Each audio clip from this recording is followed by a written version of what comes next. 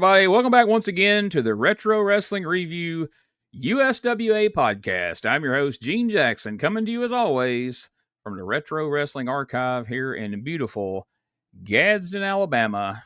And I hope you all please join me in welcoming back my co-hosts. First up, he's your favorite podcaster's favorite podcaster. It's Josh Briley of P3 Radio. Josh! Sir, it's been 2 weeks, but it feels like 2 months. How's it going, man? I know, dude. I almost like got the sense that I wasn't beholden to this shit anymore. I was like, I feel no strings from anywhere, man, pulling me. And then I remembered, I was like, holy shit, we do a show. This is gonna be fun because, like you said, it's been so long, and I haven't got to really talk to anybody about wrestling. So yeah, this is gonna be awesome. And also, standing in this week for Richard, who's on vacation. He's the owner, founder, and president of STSPod.club. Spoiler alert, it's Brian Tramel. Brian, what's up, man? Hey, Brother Gene, Brother Josh. Whoop, whoop, there it is. I'm bringing it back, y'all. I am bringing it back. My best friend, Gene, and my favorite co-host of P3 Radio, Josh. And I just let y'all know I'm sponsored by Furbuster and Spunkaloo this morning, if you know what I mean. So there you go. How's everybody doing? Doing good. We've had a couple of weeks off. It's felt weird. For 2 weekends in a row, I went to Mississippi for a couple of wrestling shows and different things I had going on, and got in at 3 o'clock in the morning and didn't have to drag myself out of bed on Sunday morning to do this.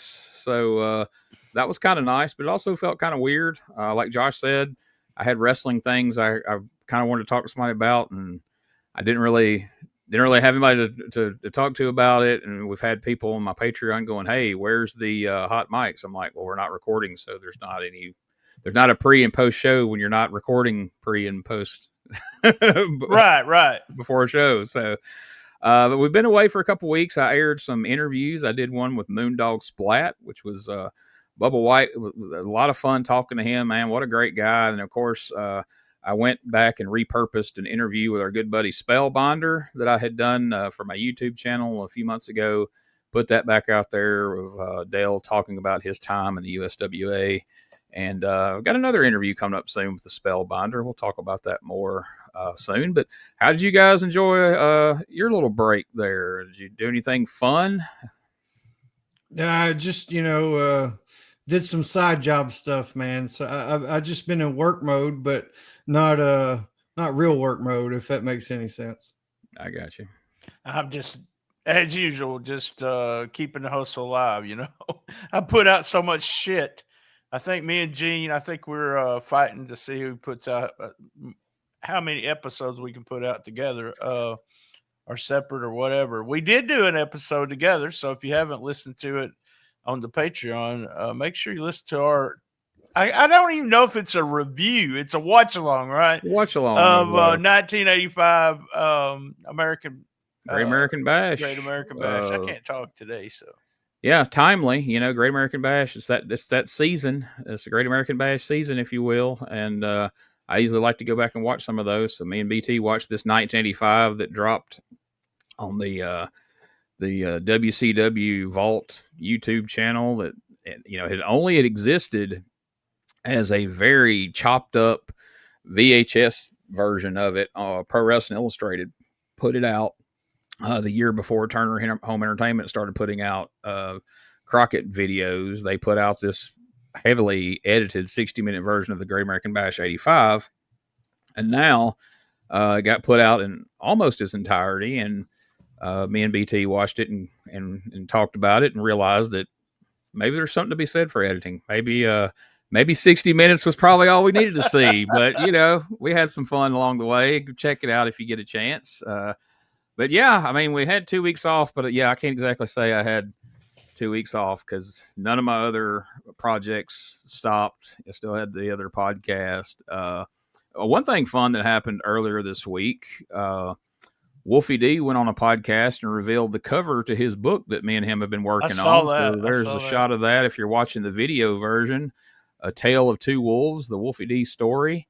And we're probably a little over halfway done with it. We're hoping to have it done by August. That's the goal anyway. I don't know if that's going to be doable, but that's what we're aiming for. But we're I don't know. We've kind of hit a rhythm right now. We're rolling along, so we're on pace to get that done. So I think that'll be a lot of fun. I've followed Wolfie's career, pretty much his entire career, and I'm, sitting and talking to him for this book and writing it. I'm learning a lot of stuff about him that I didn't know. There's a lot of fun and interesting stories in there that I think everybody's going to enjoy. So be on the lookout for that. Are you going to the Wolf Den just like you did to Doug Gilbert's Wrestling Museum, and Wolfie's going to show you all the hubcaps him and Jamie stolen throughout the years? And the offer has been made. I don't know that I'm in Alabama and he's up in the northern part of Kentucky, and I haven't figured out a way to make that work. So I don't know. We may squeeze that in, but right now it's not looking good. So right now he's just having to show it to me through StreamYard. He's like, now that one's from '93. That's a Randy Hales Honda Accord hubcap. He was really pissed about that one. Exactly. So yeah, that should be a fun one when that comes out. But we're almost to the point where it's just about time. Next week we're going to start watching and reviewing 1991. But I felt like we couldn't just dive from 1993 blindly into 1991. We kind of had to set the table and talk about how we got to everything that's going to be going on in 1991. So today we are going to go back and we're going to talk about the entire year of 1990. We're not going to watch along anything. I don't even have any clips really. We're just going to kind of go through some results and talk about some things because it was a pretty interesting year. Before we get to that, though, I want to thank our sponsor, EPW Wrestling. Check out EPWWrestlingMS.com for everything you need to get you up to speed on all the latest happenings in EPW, along with where you will see them next, as well as links to their merch store and their YouTube channel, EPWWrestlingMS.com. So, guys, as 1990 started out, 89 had been an interesting year, and Jerry Jarrett had bought in as a partner with the Von Erichs in the world class territory out in Dallas, which was not doing so hot, to say the least. And towards the end of 1989, I should say, Jarrett ends up completely buying out Fritz Von Erich, and he owns the CWA and World Class and decides to put them under one banner as the USWA. On this episode, for 1990, we're going to be focusing on the Memphis side of things as we do 1990. I can't talk this morning. 1991, we're going to be focusing on the Memphis side of things. So as far as the USWA in Memphis goes, as they wrapped up 1989, we had the Master of Pain, a.k.a. Mark Calloway, was in. We had the Soul Taker, Charles Wright, who you would later know as the Godfather, Papa Shango, the Supreme Fighting Machine, the Good Father. He's had a lot of names and faces over the years, but not everybody realizes that he started out in Memphis as the Soul Taker, beat Jerry Lawler at one point for the Unified Heavyweight title, which, as we'll see as we go along in this episode, isn't quite as an elite club of people as you think.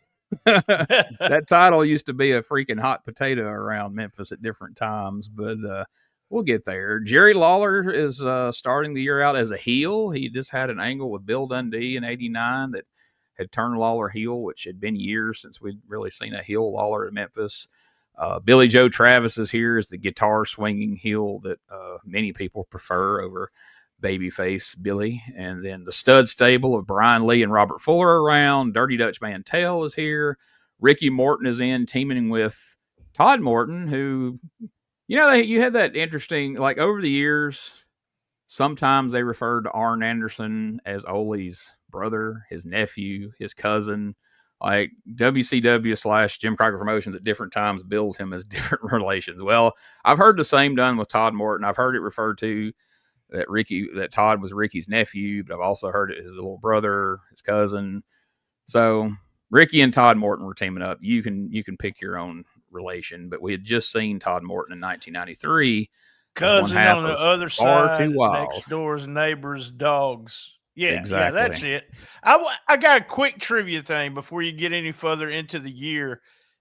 the first show was on January the 1st in 1990, and the Master of Pain made his last appearance. He debuted 2 days later in WCW in 1989. I've got some photos that I took of the Undertaker in a cemetery before he became the Undertaker. So I'll have to share those with y'all sometime. Yeah, that would definitely be fun for the And the Soul Facebook Taker, me page. and him reconnected in I need to reach out to him and see if I can get him on the show. But I had met him during this time because of Dennis Carluzzo, and I got to talk to him in Evansville, and we talked about a bunch of people that Dennis knew and Dennis and everything, but just a super nice guy. Yeah.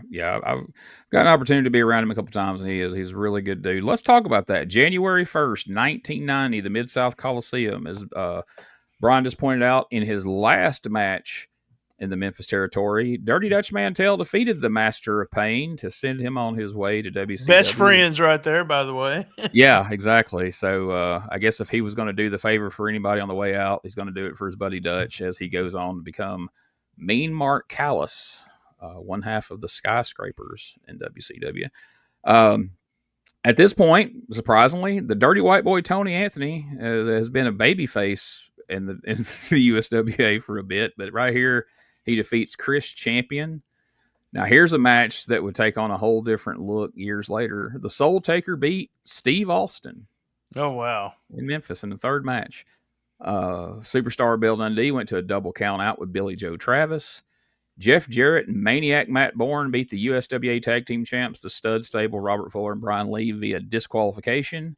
And in the main event, the USWA Unified World Heavyweight Champion, King Cobra, defeated Jerry Lawler by disqualification. That's right. King Cobra was world champ back at the end of 1989. So that's fun. It was. Didn't they do some really strong interviews? All it is a heel talking about King Cobra. Yeah. Which led into what you'll talk about in a little bit later. But there was some interviews there that this wouldn't sit very well these days. So while King Cobra was champ. Yep. King Cobra, who had been around forever. The story on King Cobra was he didn't go around and do the loop because he had a really good job. Was it with FedEx or? Man, I've heard, I don't know if this is true or rumors, but he worked at some factory where he come up with a gizmo that he sold the patent to, and that King Cobra is a millionaire because of that. He worked at the same place for I don't know how many years and never missed a day of work. Wow. We're talking 30-something years, I think. I'll have to have him on the show to ask that, but it's 30-something. Man, King Cobra's one of the nicest guys you will ever meet, too. He's so humble and everything, but apparently he came up with something that attached to this real important piece of equipment that made life much easier for himself and everybody that used it in the future. So good for him. And so that way he was able to be a wrestler. He could go do the matches at the Mid-South Coliseum. He could do TV, but he didn't have to go do the whole loop. And if he didn't like what they wanted him to do, then he didn't have to do it. Yep, he didn't have to do it. He probably bought that title. If that's true, then he probably bought that title reign to some degree. But all right, so January 8th, 1990, we'll run through this card real quick. Dirty Dutch Mantel and Steve Austin beat the Soul Taker and the Punisher. Not sure who the Punisher is at this point. Could have been anybody. Tony Anthony beat Chris Champion. Gary Young beat Dustin Rhodes very early in Dustin's career. Billy Joe Travis beat Bill Dundee. Jeff Jarrett and Matt Bourne beat the tag champs Robert Fuller and Brian Lee by disqualification again. And Jerry Lawler defeated King Cobra to regain the USWA Unified World title. So, folks, if you want to start keeping a scorecard at home, there's our first USWA Unified title change on January the 8th. You're going to need to keep track by writing them down if you want to keep up with the bouncing ball here. January 29th, Jeff Jarrett defeated Billy Joe Travis in a guitar on a pole match, which I'm sure was a lot of fun. I wish there was a clip of that we could show, but couldn't find one. February 5th, 1990, Soul Taker beats Matt Bourne. Chris Champion beats Tony Anthony in a snake box match. I don't know if you guys remember those snake box matches. Oh, Jonathan man. Boyd was famous for those. It's exactly what, if you're trying to figure out what would a snake box be. Well, it's a box with a snake in it in the middle of the ring, and the whole match is them trying to stuff their opponent into the box with the snake. Oh, so I So just is want to it make like- go ahead. I'm sorry. Is it like a casket match where Yeah, you shut the yeah. lid, Yeah. then it's over with? That's pretty cool. Yeah. Like a pre. It's a plywood box painted black, nailed together, and then they're trying to throw each other in there. And so, as a kid, I thought, man, I wish I could go see that. Now as an adult, you're like, well, that sounds kind of lame. But as a kid, I thought, oh my God, because I just remember thinking as a kid, oh my God, if you threw me in the box with a snake, I would literally die. Before it ever touched me. I would die. Patreon tease. If you stay around for Patreon, I've got a Patreon story about Chris Champion and his snake. Only for Patreon. There you go. Which one? I was going to say, does this involve the Ninja Turtle outfit as well? But, no. All right. There you go. Just a tease. Check that out on Patreon. There you go. USWA Southwestern champ Bill Dundee went to a double count out with Dutch Mantel. Yes, they had a Southwestern title that was defended both in Memphis and in Texas, which the lineage of that would get confusing at times. We won't really cover that here, but trust me. Rex King and Steve Dahl, who in 1990 was not Simply Divine or Well Done. They were the Southern Rockers. Right. And they went to a double count out with the Stud Stable. And then in the main event, Kerry Von Erich and Jeff Jarrett beat Jerry Lawler and the Soul Taker. Because again, remember, Jerry Lawler's a heel here. 5 matches at the Coliseum. That's what stuck out on this one. The results was only 5 matches. That surprised the hell out of me. Kerry was wonder if he was sober that night. Oh, did I say that? Not highly unlikely, as Gorilla Monsoon would say. The Southern Rockers and the Stud Stable was the big tag team feud going on right here. And what I hear, they drew a lot of money and they had some really good matches. So February 12th, we're just going to look at a couple of matches here. Speaking of that, the Southern Rockers would defeat the Stud Stable, Robert Fuller and Brian Lee, to win the USWA tag team titles. Jeff Jarrett would beat Billy Joe Travis by disqualification. Now, remember, folks, this is February of 1990. Jerry Lawler, the unified champ, defended the title, defeating Plowboy Frazier. What I'm sure was going to be a 5-star classic if Meltzer had been there to rate it. I'm sure he would have just showered that one with stars.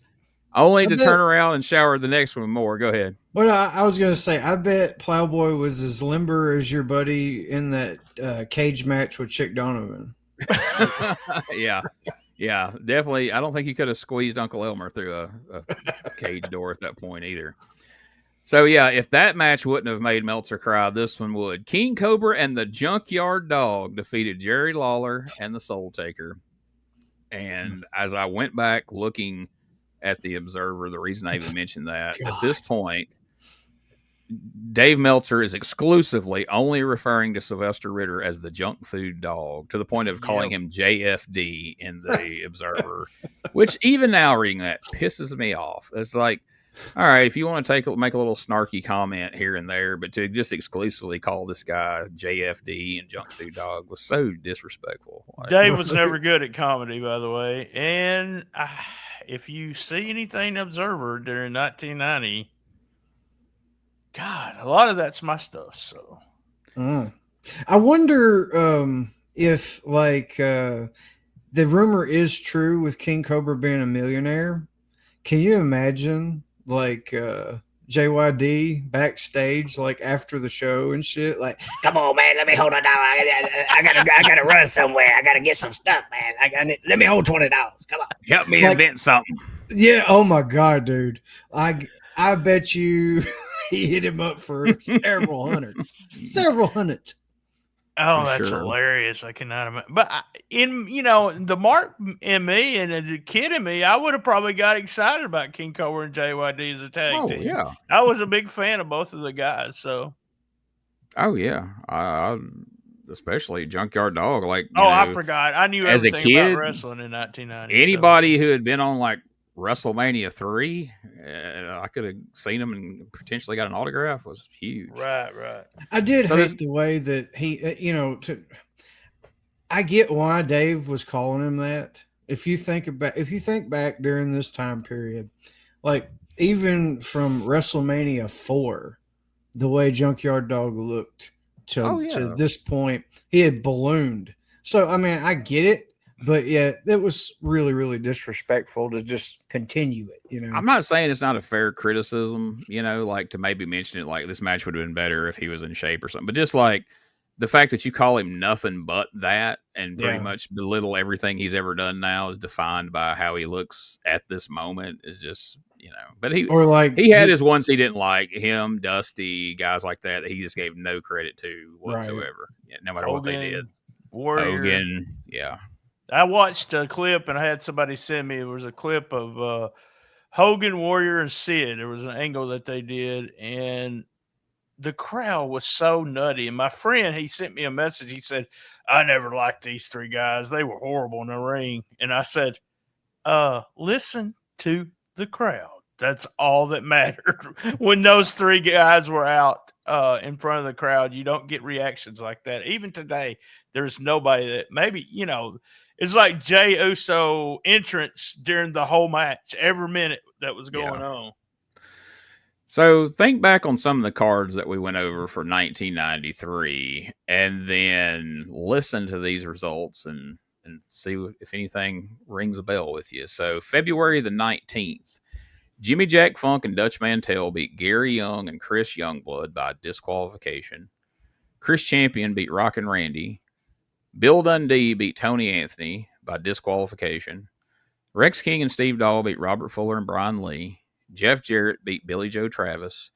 King Cobra beat the Soul Taker by disqualification. And Unified Champion Jerry Lawler beat the Junkyard Dog by disqualification. 7 matches, 4 of them end in disqualifications, with both the semi-main and main event ending in disqualification. So, I know we saw a lot of it in 93, but it's plagued Memphis for many, many years. My goodness. It's horrible. February 26th. Handsome Jimmy Valiant comes to town and beats Jerry the King Lawler for the unified title, drawing 2,500 people for a gate of $11,000. And at this point, even in 1990, that's a pretty good house by now. Oh hell yeah, yeah. I mean, we barely ever hit 2,500 people in 93, but in 1990, it was still pretty tough. And at this point, we're really going to start playing hot potato with the unified title. They do 3 more weeks of Lawler versus Valiant before the King regains the title on March the 2nd. With the houses, there's not a lot of gates for these 1990 shows. I have the ones I could find. I have them, but they do fluctuate a lot. Like it kind of peaked with Valiant winning, and then it kind of dwindled each week. And that's when, seems to me, that's when they would decide, all right, it's time to put the belt back on Lawler. This match isn't drawing. Let's build the next one. They had a small, I made a mention of 5 matches. They did that again on that where Valiant won if you look at the roster, that was a really small roster compared to what Memphis did in the year that we covered. There's just about 10 or 12 guys on the roster. We're averaging 5 or 6 matches throughout a lot of the year here, which is unusual for Memphis. But I guess we're trying to trim the fat and do what we can to salvage the gate. March 19th, Bill Dundee beats Terrence Garvin. Jeff Jarrett knocks out Billy Travis in the 3rd round of a boxing match. USWA Tag Champs, the Southern Rockers beat Sweet Daddy Falcone and Rockin' Randy. Tony Anthony beats Ben Jordan. Jerry Lawler pins Chris Champion in the semi-main event. Then in the main event, Unified World Champion Jerry Lawler. This one shocked me. I didn't remember this guy being here all the way back in 1990. Unified Champion Jerry Lawler beats Mike Awesome. Yeah, I don't remember that. Who was Sweet Daddy Falcone? Did he end up being somebody else? No, he wrestled out in Texas. I remember the first time I ever saw him being in World Class and Global. He was around quite a bit in the Global days. I forget who he tagged with. Maybe it was Tatum. He didn't become anyone else? No. He was just... By the way, you skipped March the 12th, but you didn't skip it. You said Lawler won the belt back then. That gate was $14,000 with 3,300 people there. Yeah. It That's did go up crazy. before it It went did down. draw for that win, for that final match. Yeah. But yeah, anyway, I had no recollection of Mike Awesome here. Now, speaking of guys, I had no recollection of being here. Yeah, we started skipping over some of the cards. Or That's we'd be okay. here It's all day. okay. That was just one of those gates. I don't see a lot of gates, like you said, for this year. And that kind of surprised me with that many people there. On April 23rd, Lawler was challenged by Nitron, who was Tyler Maine, who would go on to be Big Sky in WCW, as well as Wolverine and Michael Myers in the Rob Zombie Halloween movies. I did not remember him dropping into Memphis here, but he did. He came in and wrestled Lawler for the unified title, which was interesting. April 30th, Jimmy Valiant returns and regains the unified title. I don't have any attendance figures on that one, but they wrestled for a couple of weeks, and then Lawler would regain the title from Valiant on May 14th in a stretcher match. So a lot of flopping around and twitching on the mat like he was having a stroke, I'm sure. And that April 30th show, they had a 5-star match as Jeff Jarrett beat Ronnie Gossett. Yes, somewhere on one of the cards. By DQ. Yeah, Hey, on one of them cards, they ended up having a barbed wire match between Jeff Jarrett and Ronnie Gossett. That was good. That was 5.5 back then. So yeah. So all right. So then that brings us to the beginning of June. And so speaking of Meltzer, here's a couple of excerpts from the Observer that week. Oh, God. This is about an angle that we saw on television. It says, if this was an angle, and it may not have been, it was the most interesting thing on TV this weekend that occurred at the WMC TV tapings in Memphis.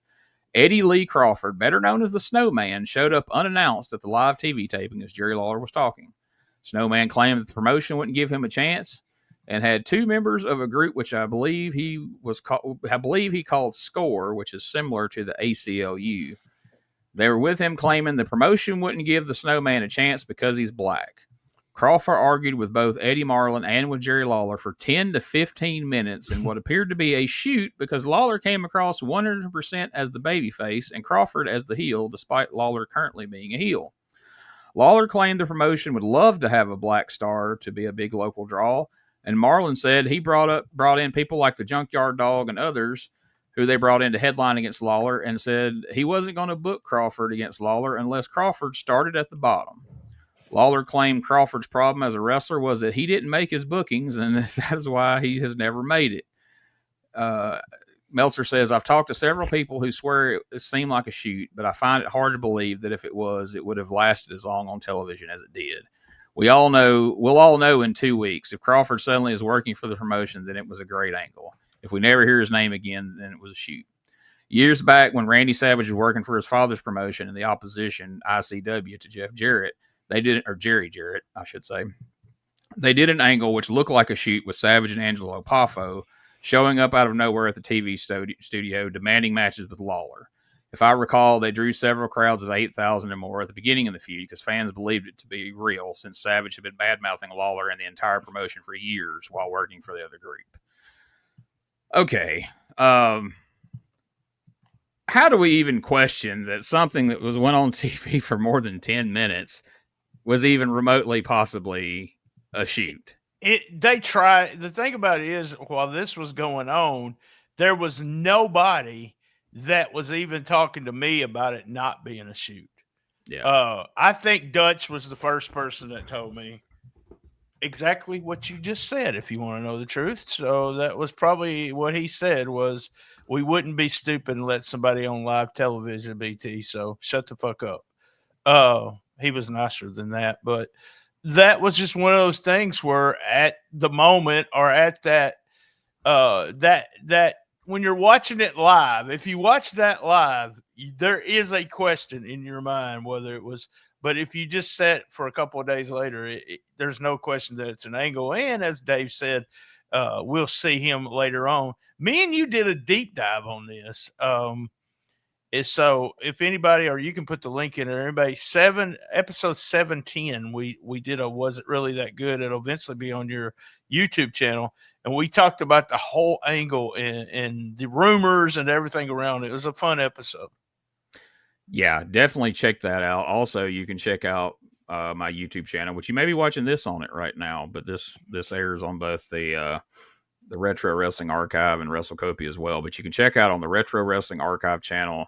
I have a compilation of the whole Lawler Sandman feud from when he first Snowman feud from when he first shows up in the studio. Can you, Lawler? You're not hiring me because I'm black. Like Sandman out there smoking. You don't hire drunks, Lawler.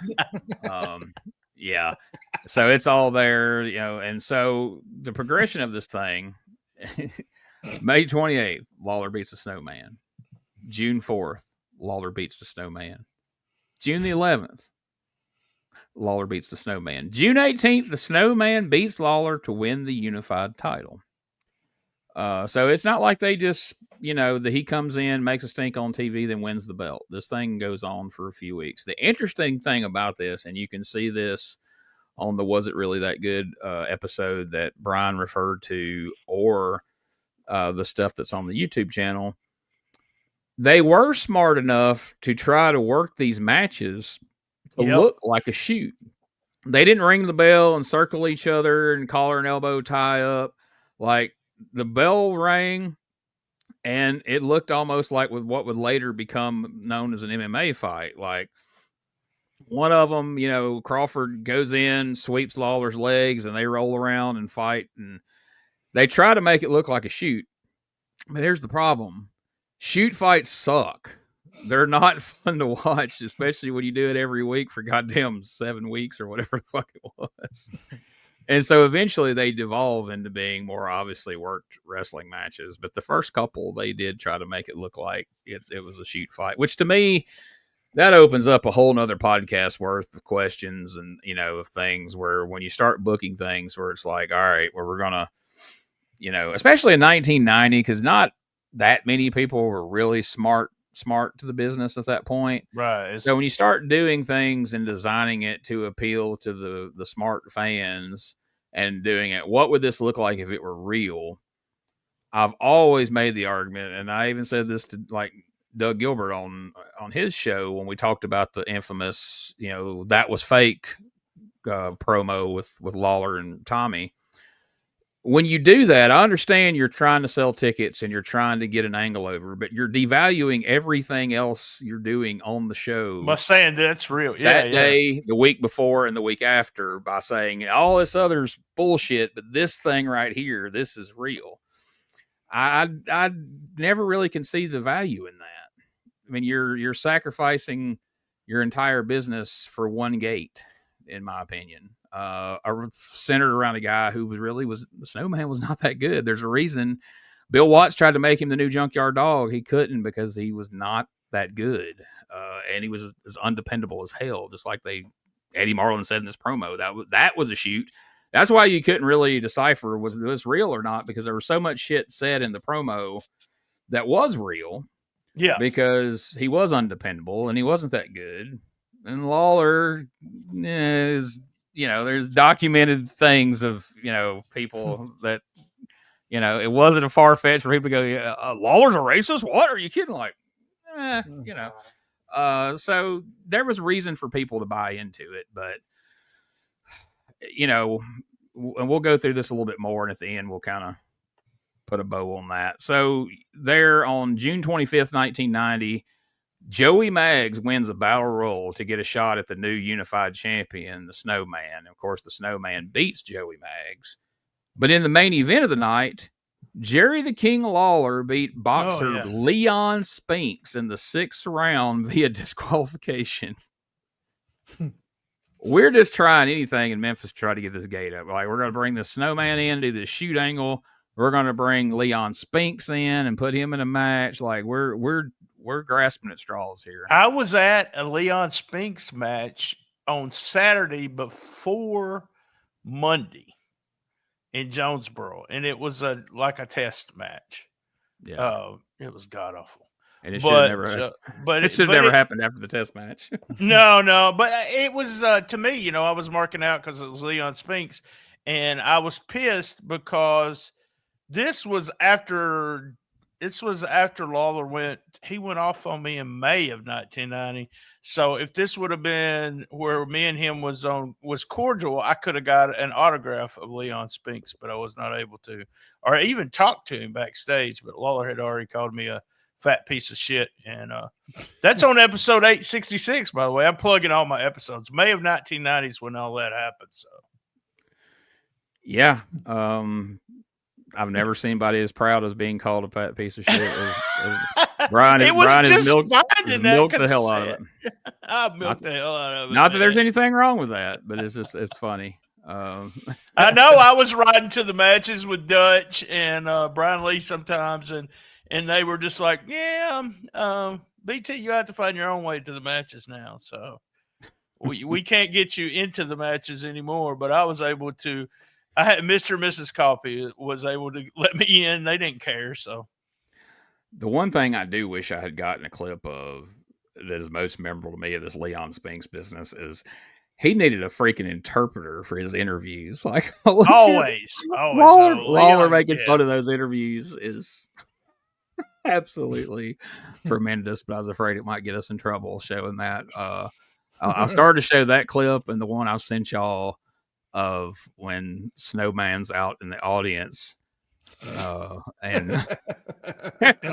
Lawler says Lawler suggests they should shoot a Tarzan movie, as he put it. 1990, different time, folks, a different time.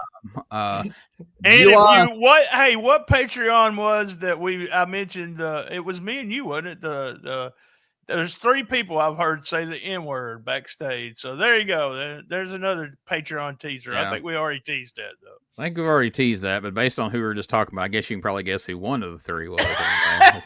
If not, you're not as sharp as we hoped. But anyway, July 9th, one day after my birthday in 1990, Cowabunga debuts and beats Ken Wayne via countout. Of course, Cowabunga is Chris Champion in a Ninja Turtle outfit that he made himself. I didn't know that till just recently. Yep. Wolfie clued me in on that Chris Champion actually made that outfit, which is impressive because it looked and he legit. Was doing that gimmick on all the Outlaw shows up there with Wolfie and them doing Tommy Heggie, which was, I think, Mephisto. They were running in Tennessee every week, and he was doing that. He was doing that gimmick way before he started doing it in USWA. Well, and a fun piece of trivia, Wolfie was like 15 or 16, and a lot of nights, if Chris didn't want to work twice, it would actually be Wolfie in the Cowabunga. Oh, wow. And Chris would wrestle as himself. Oh, that's awesome. Yeah, Wolfie said that, not a lot of people know that, but yeah, that was some of the early stuff he did. At the same time he was being Airwolf.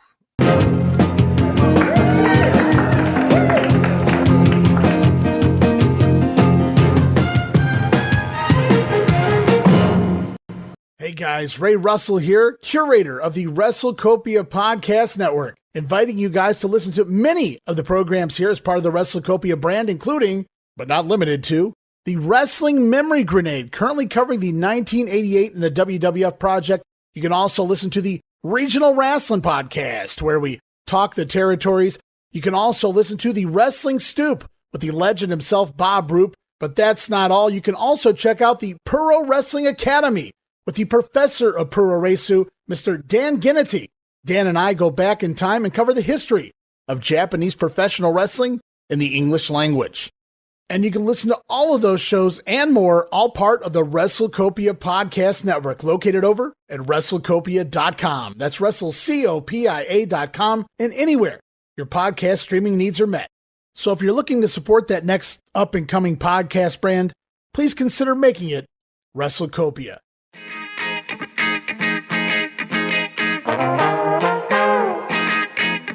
Hey, it's Bob Smith, and guess what? The Outdated Wrestling Hour is now part of the WrestleCopia Podcast Network. But hey, no fear, you're still going to hear the unique guests, comedy, music, authors, journalists, funny people. Who knows who's going to end up on the Outdated Wrestling Hour? Remember, it's all new and all old. So check it out in the WrestleCopia Podcast Network and wherever you get your podcasts. Listen if you know what's good for you. John Tatum and Tony Anthony beat Jerry Lawler and Bill Dundee via disqualification when Eddie Gilbert returned to Memphis. More on that later. And then in the main event, the Snowman beat Jerry Lawler to retain the unified heavyweight title. So then next week on the 16th of July, Snowman beat Jeff Gaylord. I bet that was, what do the kids call it, a banger? I bet that was something. Yeah, it definitely was. And then in the main event, Jerry Lawler and Bill Dundee beat Eddie Gilbert and the Dirty White Boy by disqualification. July 23rd, Snowman beats Brian Lee via disqualification. And then in the main event, Bill Dundee, Jerry Lawler, and Tessa, who was the little blonde valet who was dating John Tatum, who left John Tatum for Bill Dundee in real life, not just as an angle on TV, but in real life. Wow. I did not So, know that. Yeah, I didn't know Poor that John either. Tatum. He loses Tessa Missy was- Hyde to Eddie Gilbert. He loses Tessa to Bill Dundee. I would not bring my women around wrestling anymore if I was John Tatum. But anyway, Dundee, Lawler, and Tessa beat Gilbert, Tony Anthony, and the Dirty White Girl in a Texas death match. I just want to make a note of a jobber that was jobber, but he was pretty much. Ben Jordan was on almost all these cards in 1990. Jordan ended up going to Japan working UWFI or UWFI. WFI. Yeah, and it was Tiger Master's promotion shoot promotion that they did. He also worked later, a couple years later. He did jobs on WWE TV, which I thought was hilarious. That he lost to Jarrett and Lawler both on WWE TV, and he's even wrestled. He was in GWF and losing to Eddie Gilbert and Dark Patriot during one time in '91. So the guy got a lot of. Just a super nice guy. I mean, he's from the Nashville area. He's supposed to do the show sometime.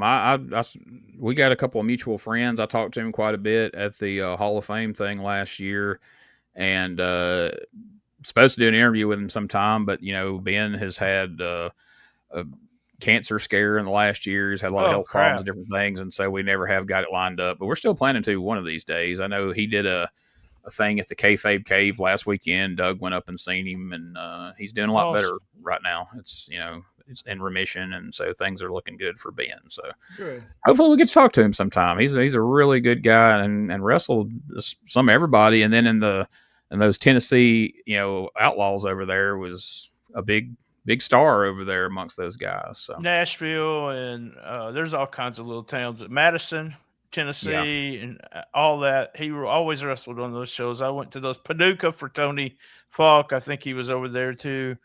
Yep. And like I said, I talked to him about UWFI, and he came forth to me about how the matches were set up and everything, which was pretty cool. So work shoot is what that was.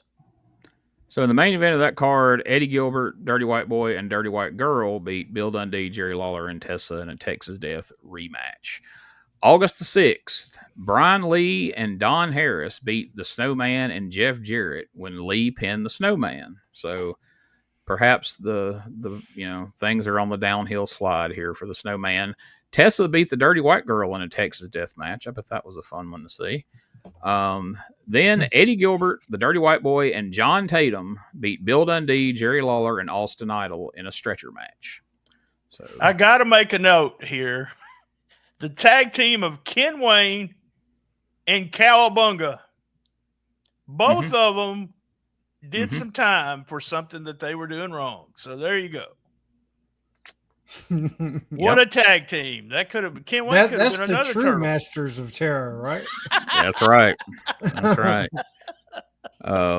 Where was the old boy from years later, the hide your kids, hide your wife guy from Huntsville, We needed him. So,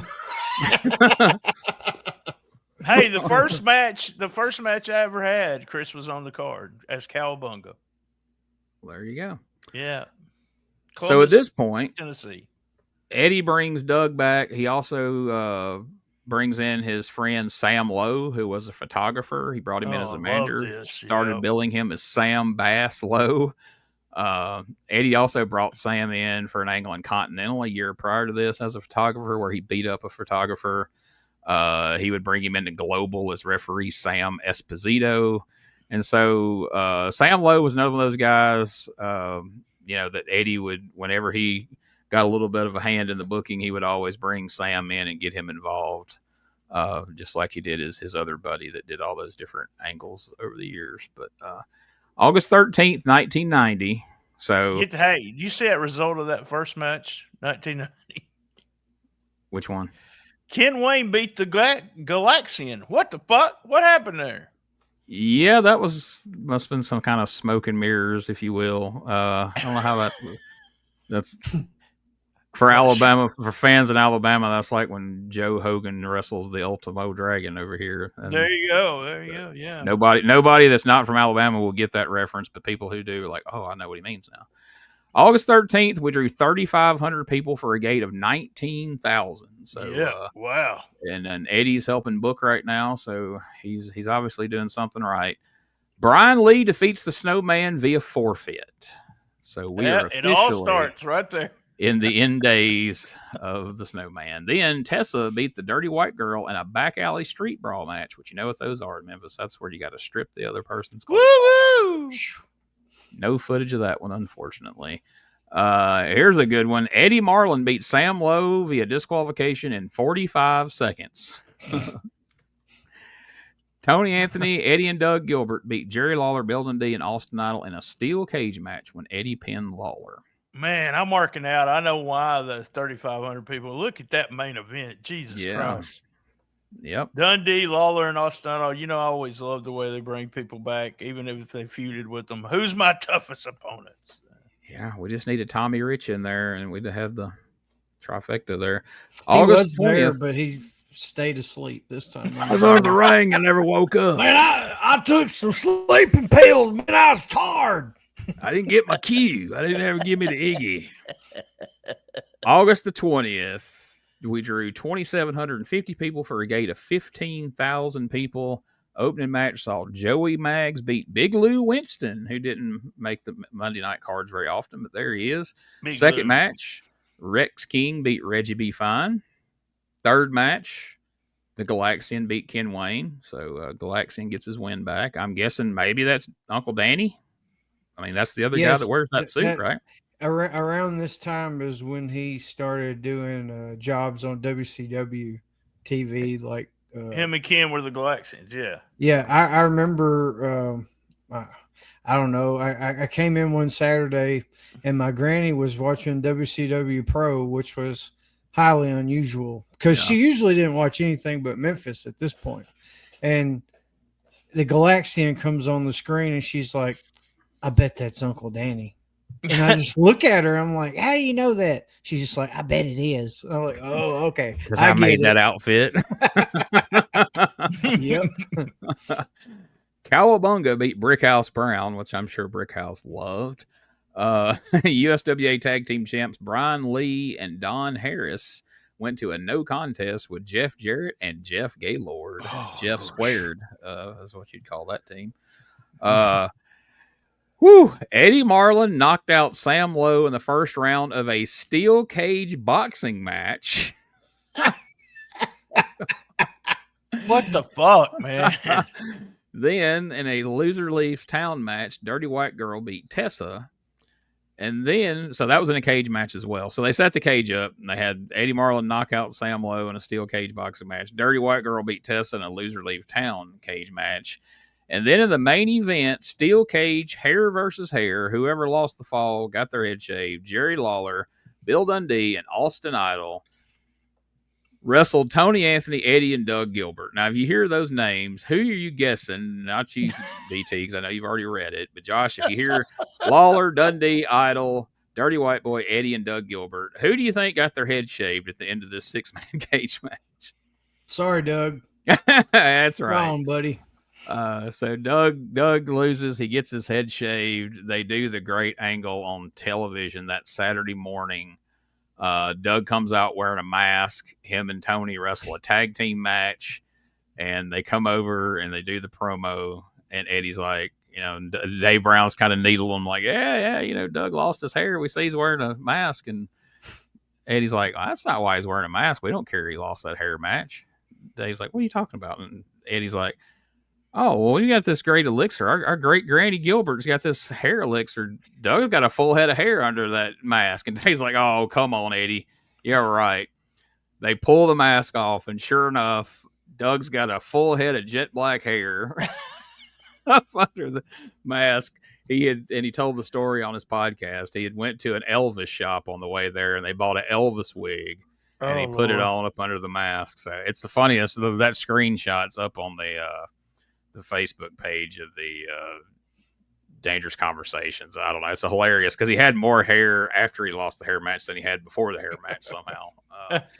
But to me, that was classic Gilberts, right? I mean, they lose and they keep their heat by pulling that stunt, and you roll right into another match. That's one thing I always loved about Eddie Gilbert. He could be however you wanted him to be emotional wise, and how he would like portray his emotions, you know, and like he was serious as a heart attack when he needed to be, but like in this moment, you know, and you know, this is your life, Jerry Lawler and all that shit. He would incorporate just hilarious comedy. And, you know, a lot of people would get pissed off in the later 90s and mid 90s specifically that I remember, but they would, oh, it's too cartoony. It's too much bullshit. There's no room for comedy in wrestling. And then I would think about this shit.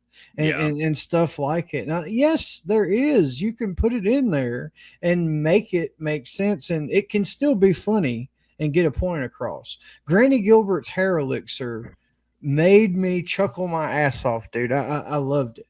It's great because you got the pop on Monday night when the baby faces win. Yep. You got to see Doug Gilbert get his head shaved, but when they don't sell it on TV and, oh, he grew his hair back and, you know, it didn't harm nothing. Well, now you can have another match. The feud's not over, and you know you got everything you wanted out of it, and you still have heat for another match. So that Monday night, August the 27th, 2,000 people for a gate of $11,000. We'll just go over 3 matches here. The USWA tag titles were held up when Brian Lee and Don Harris went to a no contest with Jeff Jarrett and Jeff Gaylord. Brickhouse Brown beat the Snowman via forfeit because for the second week in a row, Snowman has no-showed. Then in the main event, the Dirty White Boy and the Gilberts beat Jerry Lawler, Bill Dundee, and Austin Idol in a hospital elimination match. So there you go. They lost last week. They come back. They get a win this week. Now. So how does one win? I'm sorry. How does one win a hospital elimination match? It's like a stretcher match, but they have to get them all the way to an ambulance. I figured they might have had a triage set up or something. No. This motherfucker, he's too good for the hospital. Can't admit him yet. Send him back to the ring. Go back to the ring. This isn't over. Until they deemed you admittable to the hospital. Don't give them any ideas. That could have been how this thing went. So coming out of that, here we are.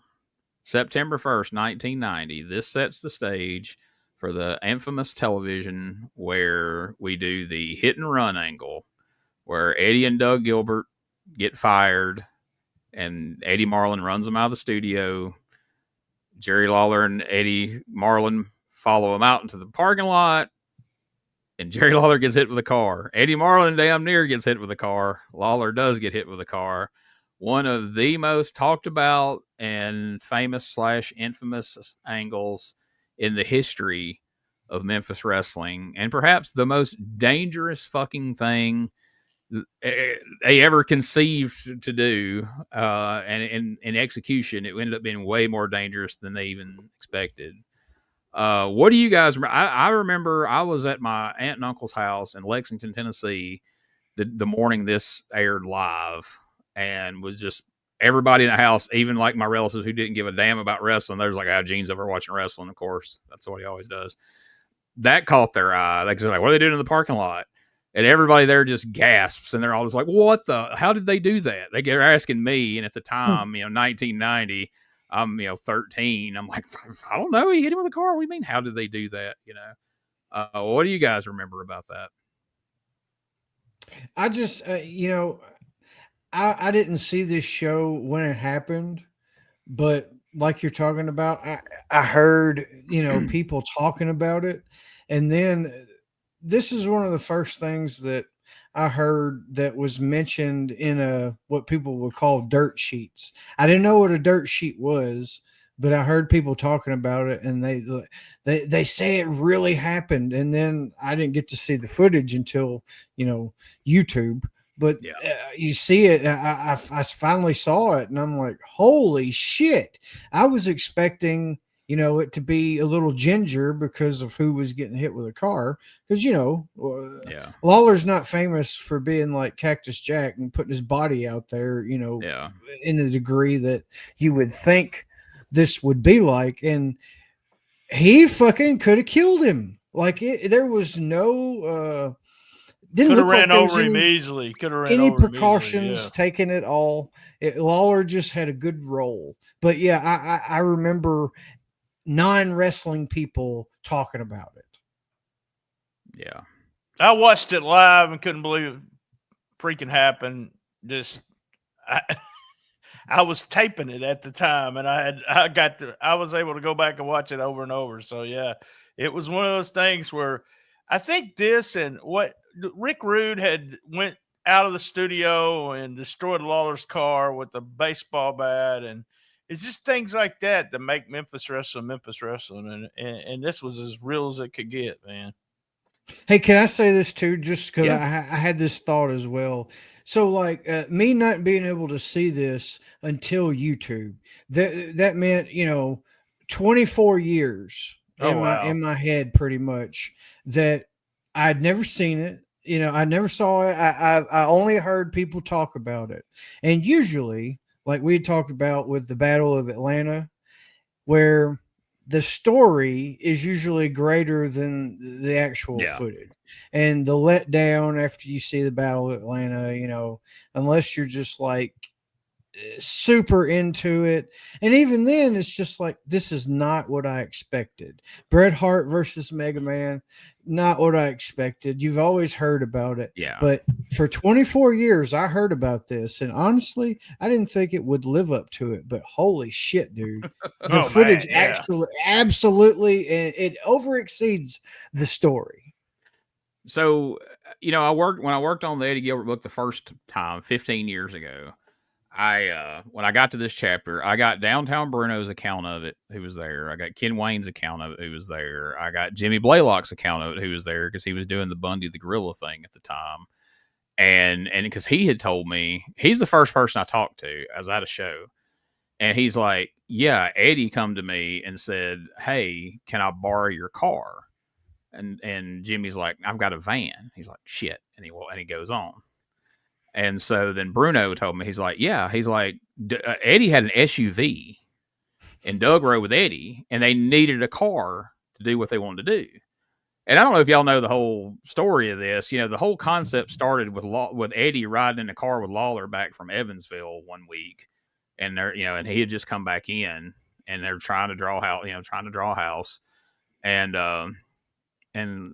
Eddie's like, Jesus, what can I do to you? I've done everything but shoot you or hit you with a car. And it gets quiet for a minute, and Lawler goes, well, I did a stunt in high school out in the parking lot where a guy, come at me with a car, and I jumped up and rolled across the hood.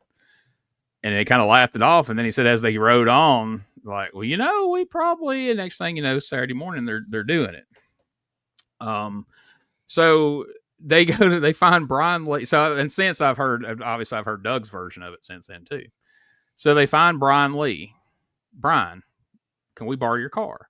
Brian Lee thinks they want to go to the store and get something to drink, and goes, yeah, man, just don't wreck it. It's my girlfriend's car.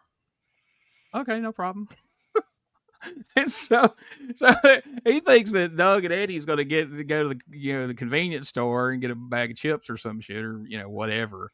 And then he's looking at the monitor, and he sees his car is lined up, getting ready to hit Jerry Lawler. He's like, "What the fuck?" So they've never driven this car before. Brian had parked in the parking lot, so he tells him, he's like, "Hey, can we borrow your car?" And Brian's like, "Yeah, it's sitting out there." And he hands Doug the keys. So while they're walking out, Doug had got in the car, pulled the car over, stopped it, slid over in the passenger seat as Eddie Marlin's berating Eddie across the parking lot. Eddie slips into the driver's seat. He's never been in this car before until this very moment. And kind of like the old Dusty Rhodes "Make It Good" line and the infamous, Horseman attack. The last thing Lawler told Eddie is like, "Hey, this is live. We got one shot. Don't pussyfoot around. Like, hit the gas." So this is an old Ford Tempo, Taurus, whatever it was, old Ford, like 80-something model Ford. So, Doug's like, "You better hit it." So they start walking off. Eddie stomps this thing to the floor, and this motherfucker takes off. Like, you see it kind of squat, and it just like launches at him.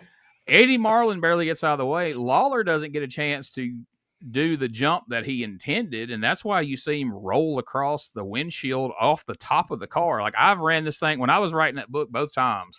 I watched this thing back in slow motion at least a dozen times. Yep. And I mean, he barely gets, like, if he'd have jumped a split second later than what he did, he'd have went under the car. He got up just enough for the trunk to knock him. He misses the hood, hits the windshield, his ass hits the windshield, and he rolls off the top of the car. Now, if you notice, it's like, September, and he's got long sleeves on. He's got a sweatshirt. He's got elbow pads. He's got knee pads under the blue jeans at least. But still, you get hit by a car. That car, by the time it hit him, was at least doing like 12, 15 miles an hour. And so Doug legit said, like, when he hits the window, they see his ass hit the windshield. Eddie's like, "Shit!" And they stop at the edge of the road, and Doug looks back, and Eddie says, "Is he all right?" And Doug says, he legit goes, "I think you killed him." And they drive out the parking lot. He says that's 100% true. That's exactly what they thought. And so the intent was Lawler was going to sell that for a few weeks, 2 or 3 weeks, and then come back and have a main event. Well, as soon as this happens, the phones at the TV station light up. There's been a hit and run in the parking lot. Is Lawler dead? And obviously, the police station across the street, the phones light up. There's been a hit and run on live television. Jerry Lawler's dead in the parking lot over there. And so they go down the road to the car wash right down the road on Union Avenue. And Doug says Eddie's main thing is, "Oh my God, I killed Lawler, and Brian Lee's going to kill me, for tearing up his car because the windshield's busted." So he immediately starts figuring out, where can we get a windshield for this damn car? And so they go back, they run it through a car wash, and they go back to the studio, and they're like, "Hey, the cops are here, and they're going to arrest y'all." And basically, the cops told Lawler, "If you don't admit that you knew this was going to happen, we're going to take them to jail." Well, Eddie and Doug slipped out before the cops got a hold of them. They slipped out and left because Lawler like, "Just get the fuck out, go," and they go. And Lawler has to limp back out on TV and cut the promo. Monday night, there's going to be a tag match, and basically kills the whole angle. But basically, if he didn't go out there, if he didn't tell the cops, "Hey, this was part of the show," and then go out there and say on TV to calm everybody down, to stop all the phone calls and try to head off all the rumors, immediately, then the Gilberts were going to get prosecuted for hit and run and attempted murder and whatever else would come along with that, because, you can't plead not guilty. There's fucking footage of it on TV. It just aired all over the entire Mid-South. So Lawler had to limp out there and basically kill the angle.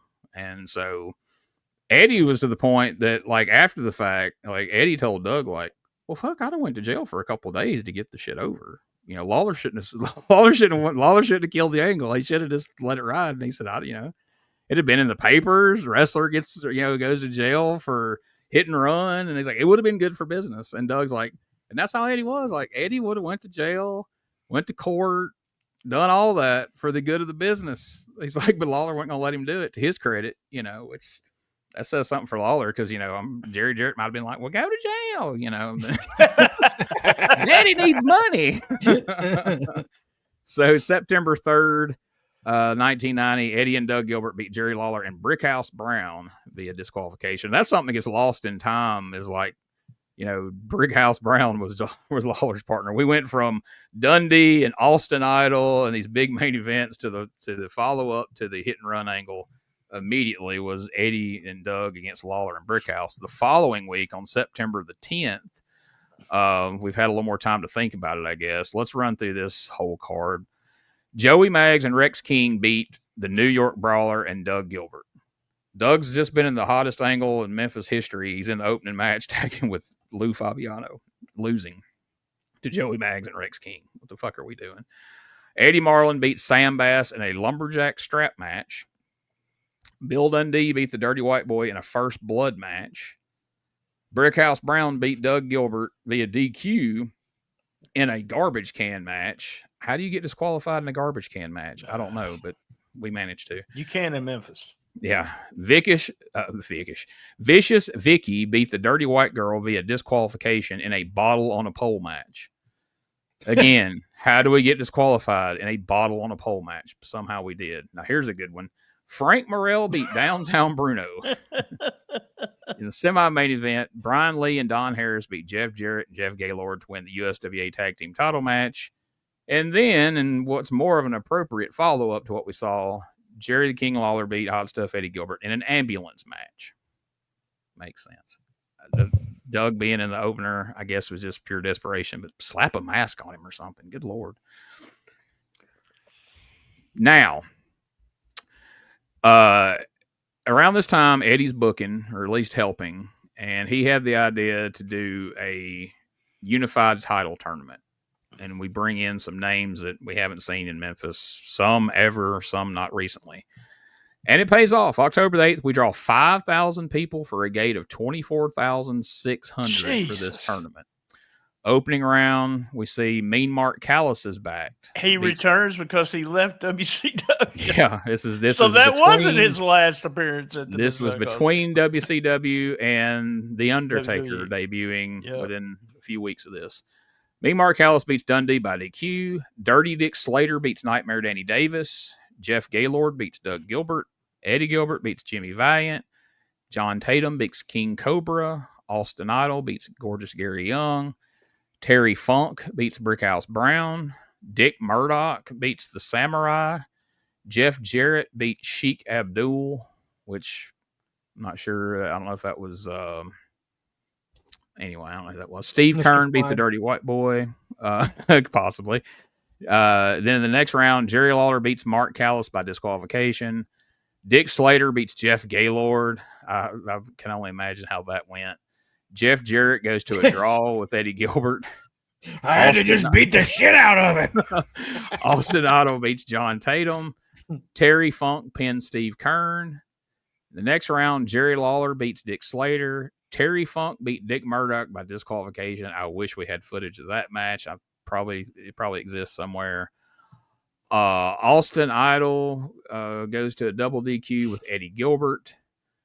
Jerry Lawler beat Terry Funk via disqualification.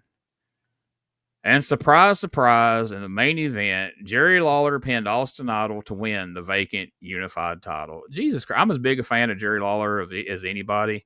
But we're going to have this big-ass tournament and bring in these people. We draw this big house. We couldn't put somebody else over. Maybe try to make somebody. We're going to put Lawler over Idol in the main event. But now, keep in mind, that is Monday, October the 8th. 5,000 people for a gate of 24,600. On October 15th. I see this. 1,000 people for a house of $6,000.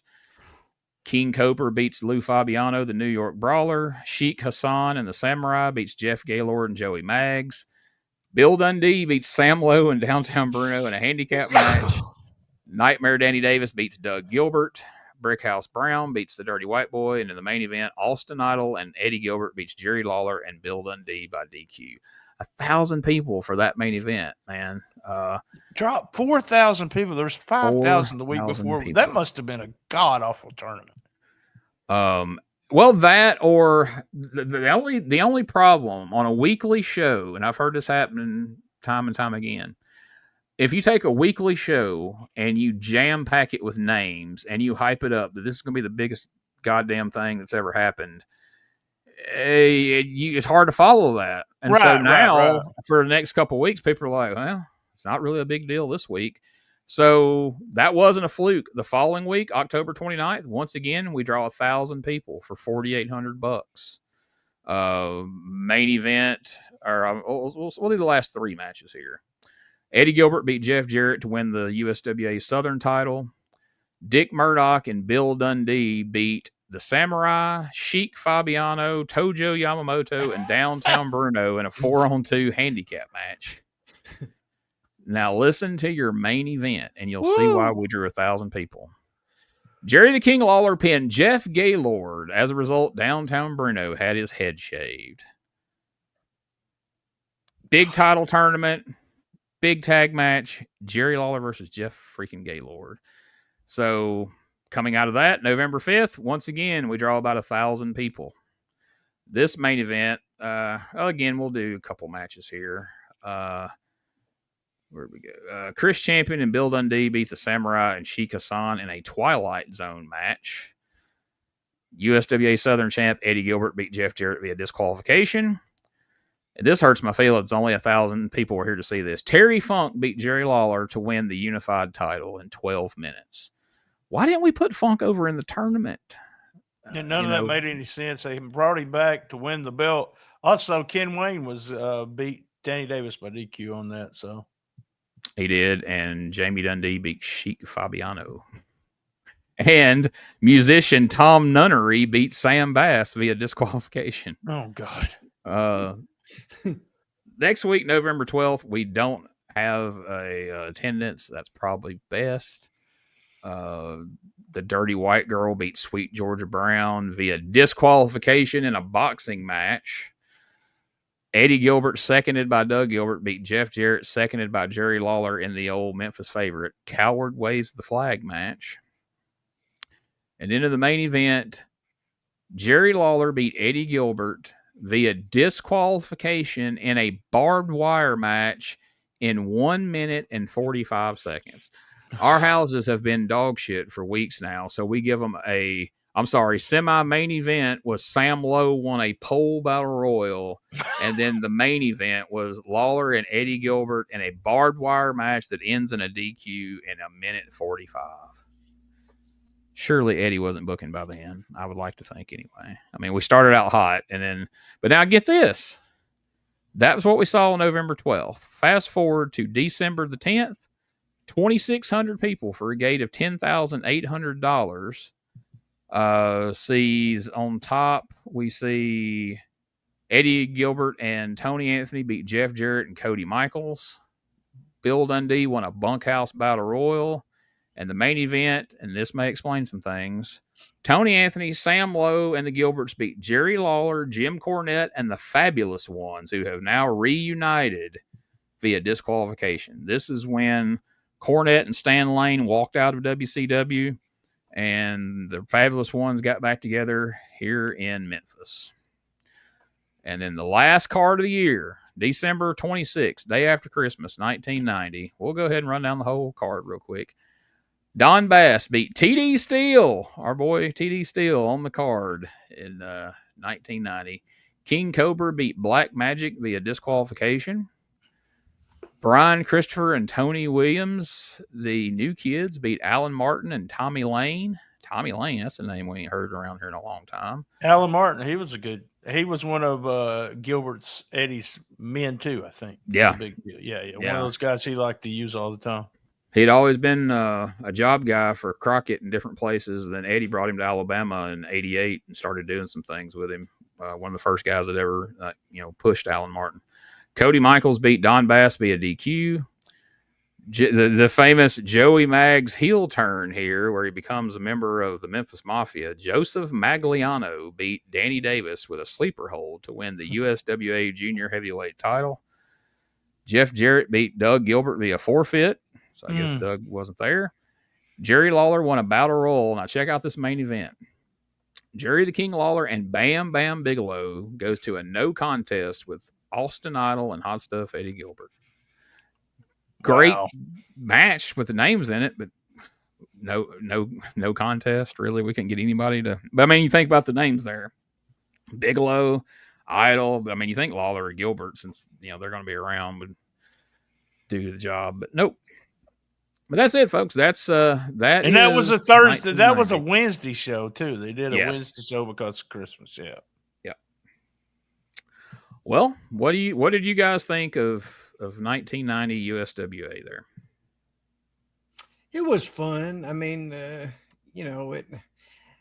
had its highs and lows. I mean, watching back footage, of what is available, the whole Snowman thing was very intriguing. I mean, because like you say, a lot of people did question, like, is this real? Is this not real?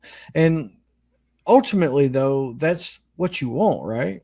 I want to question. I want to seek out the truth because I'm really not sure, or what you're doing is making me believe. And like, if anything, regardless of how it ends, because we all know how it ends, right? Snowman stopped showing up and kept the belt. But regardless of how it ended, it was pretty good press, to even have the Great Dave questioning it.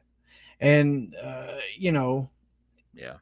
everything else was, hit or miss, questionable ideas with Lawler and all the DQs. I mean, good God, but at least they're consistent, right? As we'll see in the future.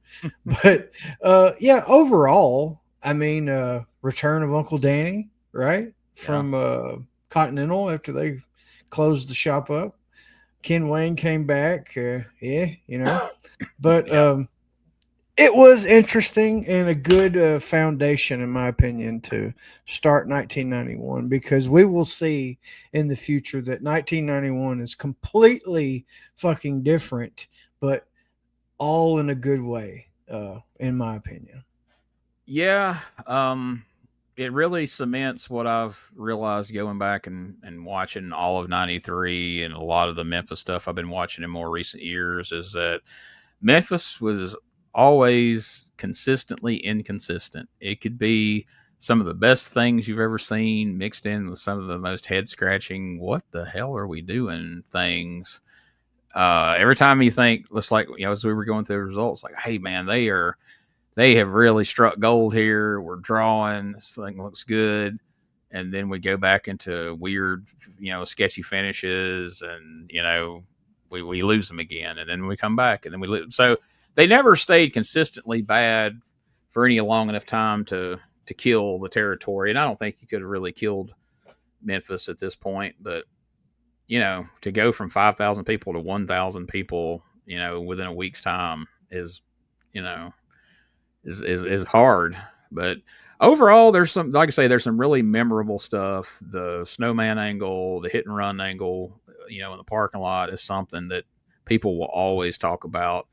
And, and people talk about how, the WWF at different times over the years would take things from Memphis, and certainly the hitting people with the car thing, they did it, stone cold, you got hit with the car, which turns out to be Rikishi. Did it for The Rock, that whole thing. And then later with Hogan and them putting Rock in the ambulance and hitting it, with a truck.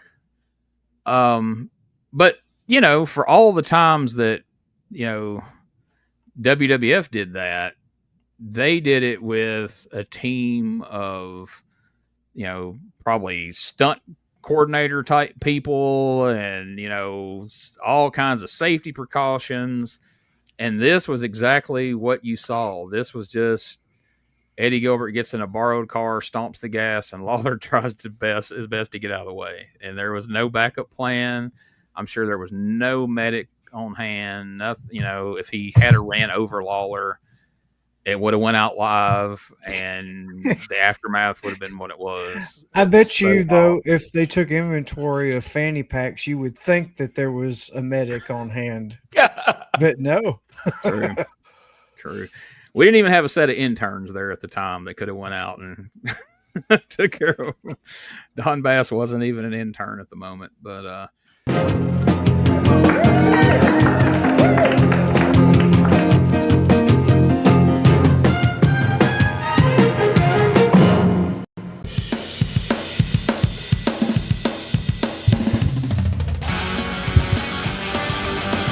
the same boring wrestling podcast? Need something with attitude, chaos, and maybe just a little cussing? That's STSPod.club, and we got it all covered. We've got Wrestling Weirdness with WTF News Desk, 5-minute time limit, and the Southern Fried Brain of me, BT, during the whole ship. We also have Rolling into Memphis every week about the current Memphis wrestling. Interviews, hot takes, and wrestling outrageousness so wild it might get you banned in 12 states. That's right, it's STSPod.club, or search all podcast catchers for Shooting the Shiznit, where wrestling podcasts grow chest hair. Not sure what that meant. Love my mama.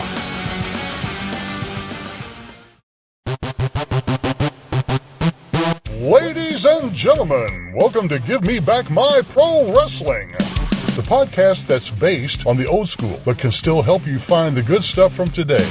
Jimmy Street and the Plastic Chic, Jared, are the undisputed tag team champions of the wrestling podcast world. From thought-provoking topics to superstar interviews to action figure expertise. This team does it all, and all they ask is, give me back my pro wrestling!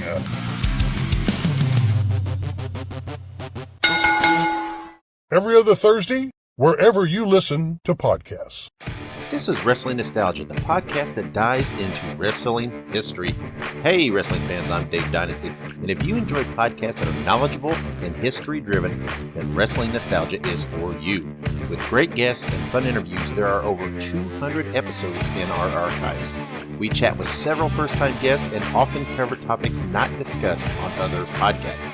Look up Wrestling Nostalgia on your favorite podcast platform and visit all of our links at linktree/WrestlePod. That is linktr.ee/RASSLEPOD. And remember, wherever you go, whatever you do, be good, be safe, and keep on growing. Yeah, so that's 1990, and that leads us into 1991, and we will start that next week. And speaking of, we did a vote. So there was people who complained loudly at times in different places that they didn't like the watch-along format. They liked the old way. Somebody went as far to put on YouTube that I had ruined the podcast. And so, and most everybody that I talked to in our inner circle, so to speak, of the people involved with the show, and Ray from WrestleCopia, everybody was like, "Look, man, do what you want to do, But I want the show to be good. I want people, to like it." So I said, "Well, the most, democratic way I can think to do it would be to put it up for a vote. And whatever the vote says, that's what we're going to do." Well, we put up the poll. 48 people voted, and 60% of the vote was to continue the watch-alongs. Some of our longest listening, most vocal supporters of the show said that they really didn't see that big a difference in it, especially after a couple of weeks once we kind of found our footing on it. And so I said whatever the vote was, that's what we're going with. Well, 60% says they want to do the watch-alongs. We're going to continue to do the watch-alongs, and we're going to continue to try to make them better. And from the first one we did to the last one, the most recent one we did, I think it improved a lot. I guess the only flaw in it, before we would pre-watch the show and then we would show clips, and so now we're not all pre-watching the show. I'm trying to pre-watch the show and make notes and everything to try to give everybody a heads up, like, hey, shut up, they're doing a promo that we need to hear. And that's the only tricky part, is knowing when to not step on certain, promos that need to be heard to get things across. That's going to kind of be a work in progress. But other than that, I see it as an upside, because there's a lot of things that we've seen and got a chance to comment on, even if it's pausing it or at the end of the show when we recap everything. Commented on things that before we either wouldn't have thought to comment on, or just because it was easier to not comment on. And it's made for some entertaining conversations. And, I think overall everybody seems to be happy with the decision. I'm good with it if y'all are good with it. So that's how we're gonna watch, do this as a watch along. But like I said, we'll pause it. We'll go in depth on things. And at the end of every show, like we're doing now, we'll go back and we'll recap. We'll still do where, hey, would you go to the card that Monday night? Now, something to consider, this 1991, starting with episode 1, some of it, the footage is not great at points in the show. You know, it's a little dicey here and there. So there is that aspect of it. But it's footage from 1991, folks. What do you want from us, you know? And there's some episodes that are crystal clear and they look absolutely great. So we'll take the good with the bad and do what we can. But I think most of these shows a lot of them are the Memphis version. So we'll have them, we'll have the live version and see everything that happened, and everything that we saw will lead to the card that we're going to ask about at the end of the show. And I think the show worked better. I think that was one reason the show felt awkward for some people. I think they attribute it to the watch along aspect of it, but I think it was more so because it felt disjointed because we didn't see everything that set up the card, and we didn't actually hear Dave and Corey running down the card. So it just felt like disconnected to some degree. So I think a lot of that syndication shit, it didn't really make sense, and you wouldn't see the result of it the next week when we're watching the show. Right. It would just kind of, this happened and that's it. And next week, the same person is doing something else. And it didn't happen that way because of the way the cards would read. Something would happen. It just didn't really tie together in some spots.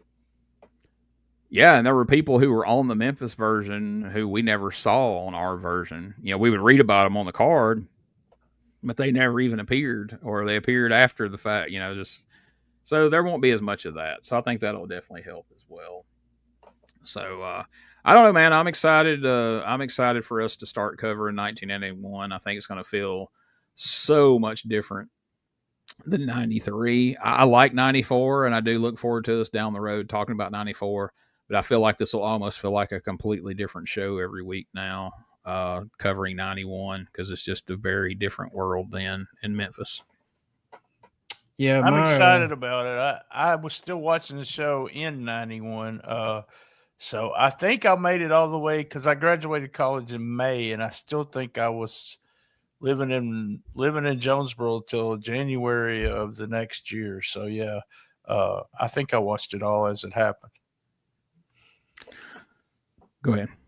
Oh no, I've said it a million times, but this is my absolute favorite year in Memphis, and a lot of good things happen during this time period of my life, and this was when, thinking back, like 1990 is when it basically started, because my uncle, he lived in Florida for years and years when he was working in Continental, but like Continental ends, so he comes back to Tennessee to live, and he kind of made his loop home base, like whenever he was working in Memphis and he would be there week to week, he just kind of would use my granny's house as home spot, and she was making shit for him all the time and stuff.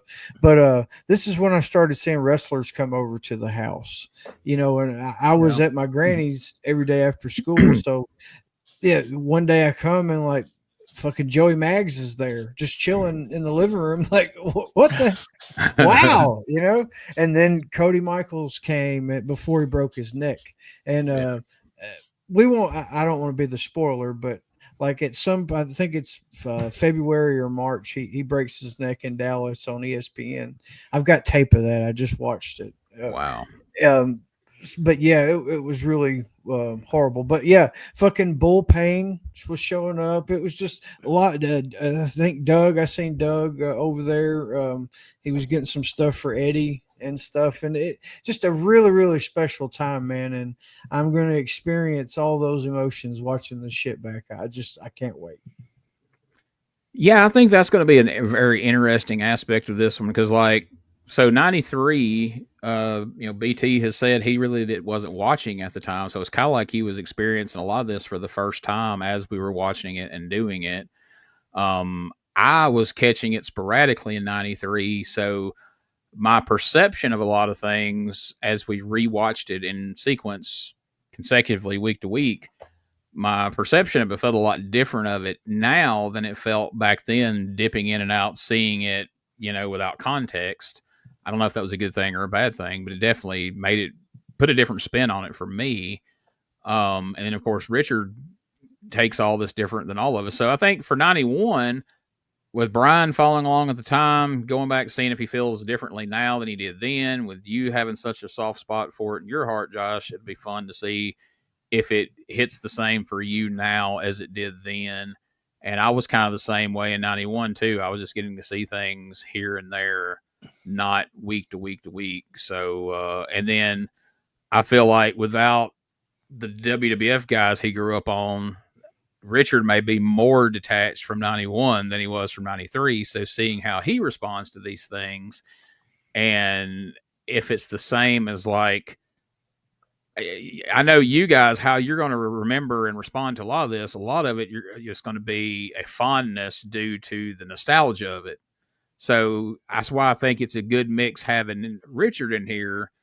Is he doesn't really have a nostalgic viewpoint. So he's looking at it as what it is for how it's booked, how it falls in line with everything else we're seeing in the time frame.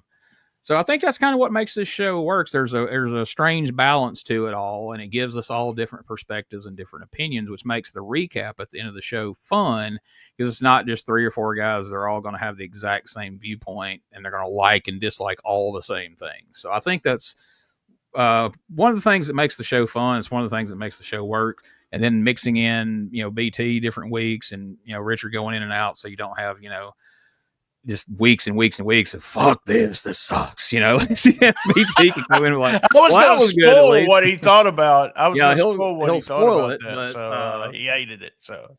And BT will spoil what's going to happen before it happens, but I mean, you can't really get mad at a guy for spoiling something that happened, 40 years ago or whatever. So I'm excited about it, and I'm excited that the listeners and viewers are excited about it too, because that won pretty. It won by a pretty good margin as far as picking 1990, and then Watch Along won by a good margin. So it makes me know, hey, at least the majority of people who enjoy our show are going to enjoy what we're watching and how we're watching it. So that's cool. So let's hit the plugs, and we'll get out of here. And next week, boom, 1991. But for now, BT, what's going on over at STSPod.club? We got Shiznit Minute every day. I just this past weekend did Rolling into Memphis. We do it every week. It was episode 228 and that was episode 964. Jeez. We had 5-minute time limit in the 9th annual bloopers episode. I do a bloopers on 4th of July every year. It includes 5 Patreon segments, including Gene Jackson. So there you go. And speaking of Gene Jackson, WTF this coming Thursday, we will have a live stream Thursday afternoon, hopefully around between 5 and 6. We'll go live. Let me just say, if you want to hear Lawler cussing me out, episode 866, and Gene and I doing Was It Really That Good? Episode 710 in the archives. So that's all that's going on at STS Pod, and it's going to be a light month. I'm taking like 2 or 3 weeks off at the end of the month. It's an annual light month, so you'll see the daily videos, but you won't see any new episodes. Well, you got to do that every now and then, not to burn completely out. And I have to ask, and you don't have to spoil what it is, but do you have something big planned for when you hit 1,000? Because you're closing in on it. It's going to be sometime next year, but yeah, I do, but I don't want to say what it is because I don't have it 100% confirmed, but it is somebody, a big name in Memphis wrestling. So let me just say that. So, and he don't make a bunch of third party podcast appearances. Let's just put it that way.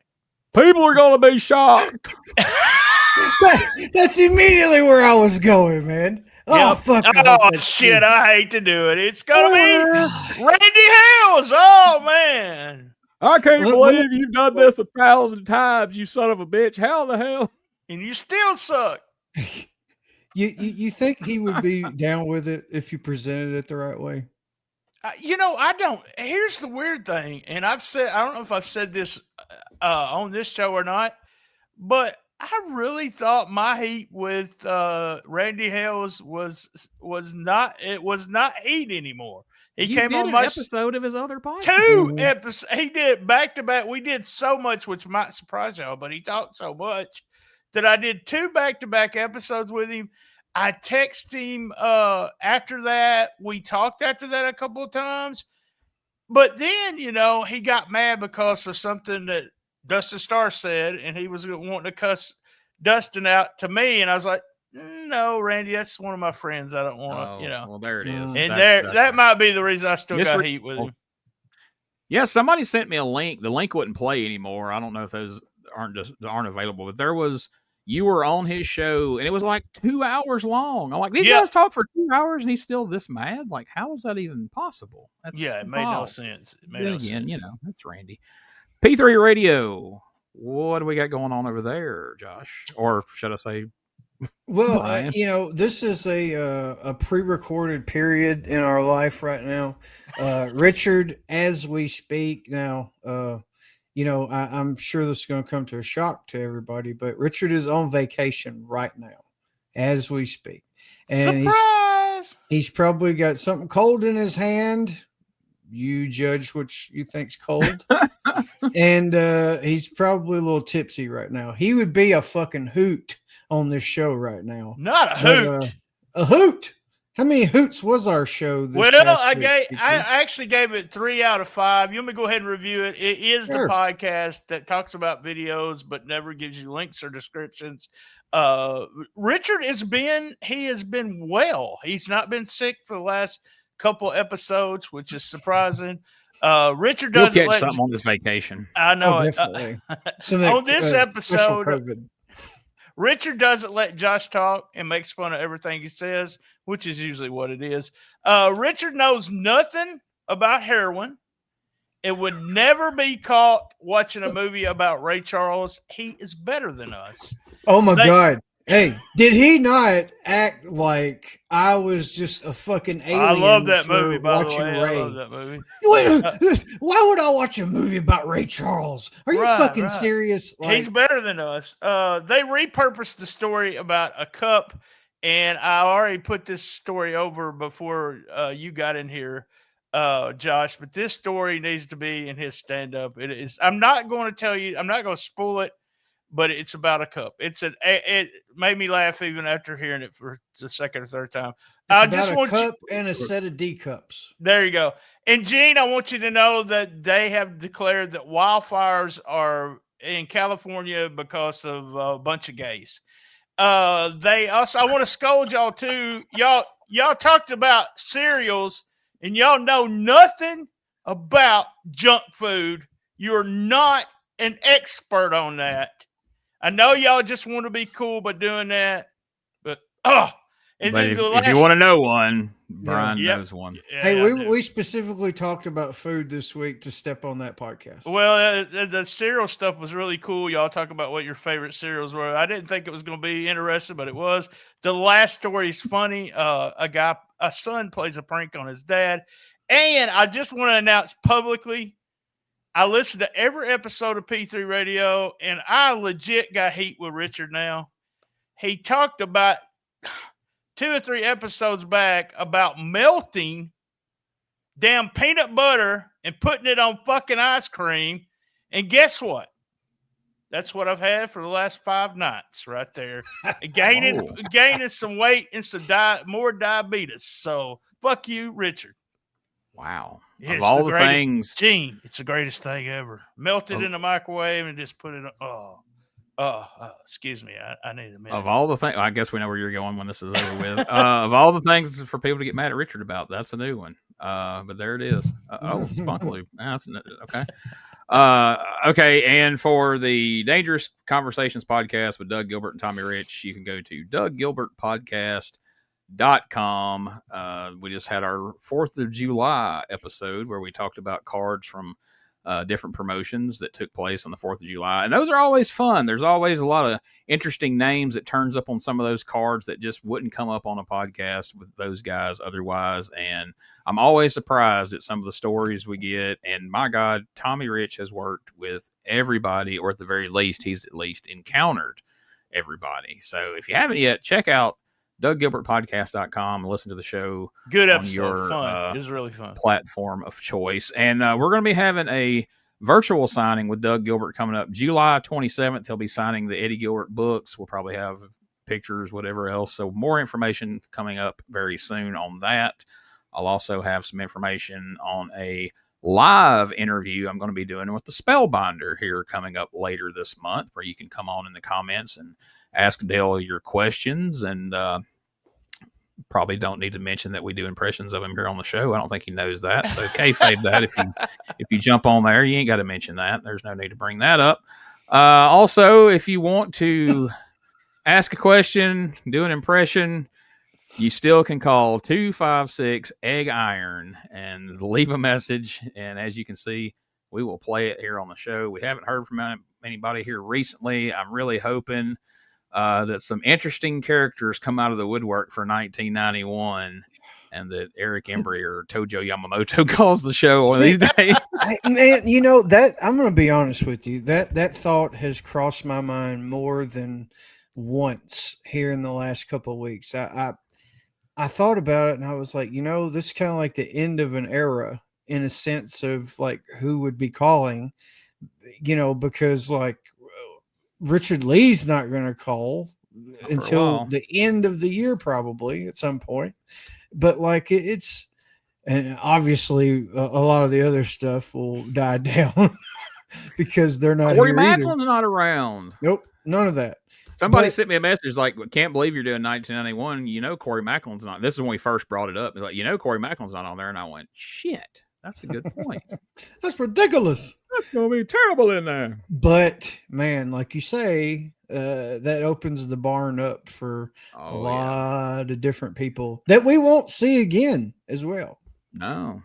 But yeah, we're going to see a lot of people that we didn't get to see in 93, and like you said, that won't be around moving forward. So I can't wait to see what fun that brings, because like you folks know, you know, we like to have serious discussions on here, but you know, we do like to have a lot of fun. And USWA, for you know, better or worse, it always lends itself to having some fun with some of the different characters. I mean, Tagar, Lord of the Volcano, is going to show up at some point. Oh, and yeah. I can't wait for that. That promises to be very entertaining. But don't forget, USWAPodcast.com is where you can find all the links related to this show, as well as our merch store, all that. And of course, this video cast can now be seen over on the Retro Wrestling Archive YouTube channel.